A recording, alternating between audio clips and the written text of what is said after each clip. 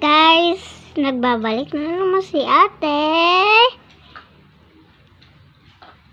Alexa. So yung guys, di ba naalala yun nun? Kasi hindi ko lang kasi tinuloy, meron pa yun kasunod.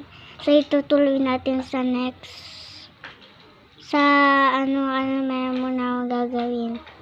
Nag-ano muna ako guys. May gagawin ako. Pero saglit lang. Mamaya natin gagawin yun.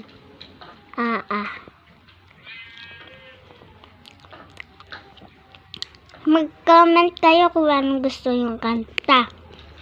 Kakantahin ko yan. Bye. See you after. Bye.